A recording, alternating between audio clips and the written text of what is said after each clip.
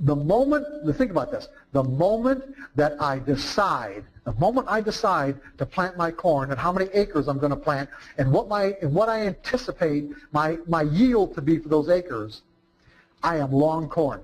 I am long the corn market. All I did was decide to plant the corn and I become long the corn market. Why? Because whatever price fluctuation occurs between the moment I decide it and the moment I harvest my crop is going to determine how much money I get.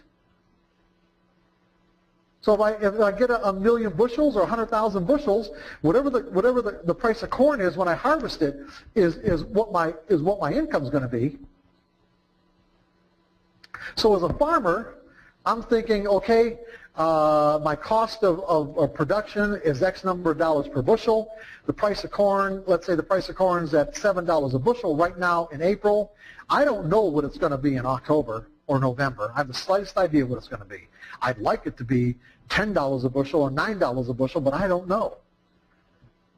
And at what I say, $8 a bushel start out with, and at 7, let's say at 8. At $8 a bushel, you know what? And my cost of production is, let's say, $5 a bushel. Would I be satisfied with a $3 a bushel profit? Yeah, I think I would. So what am I going to do? I'm going to go into the futures market and sell the equivalent amount of futures contracts. I'm selling my crop in advance. So if I'm anticipating, let's say, 100,000 bushels, and one futures contract is 5,000 bushels, what am I going to do? I'm going to sell 20 contracts. If I think I'm going to get 1 million bushels, what am I going to do? I'm going to sell 200 contracts. And what I have done is I've locked in my price at $8 a bushel.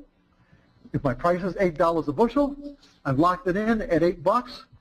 My cost of production is 3, or my cost of production is 5. That means I've locked in my profit at $3 a bushel, no matter what the price is in October.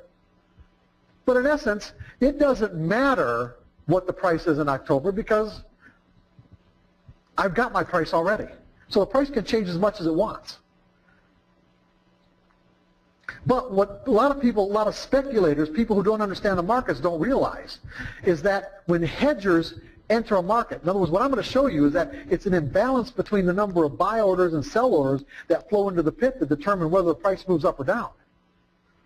And because we might only be trading, 5 or 10 mini S&Ps, or even as big traders, we might get into, in terms of shares of stock, might get into pretty significant amount of shares. People don't realize is that there are commercial and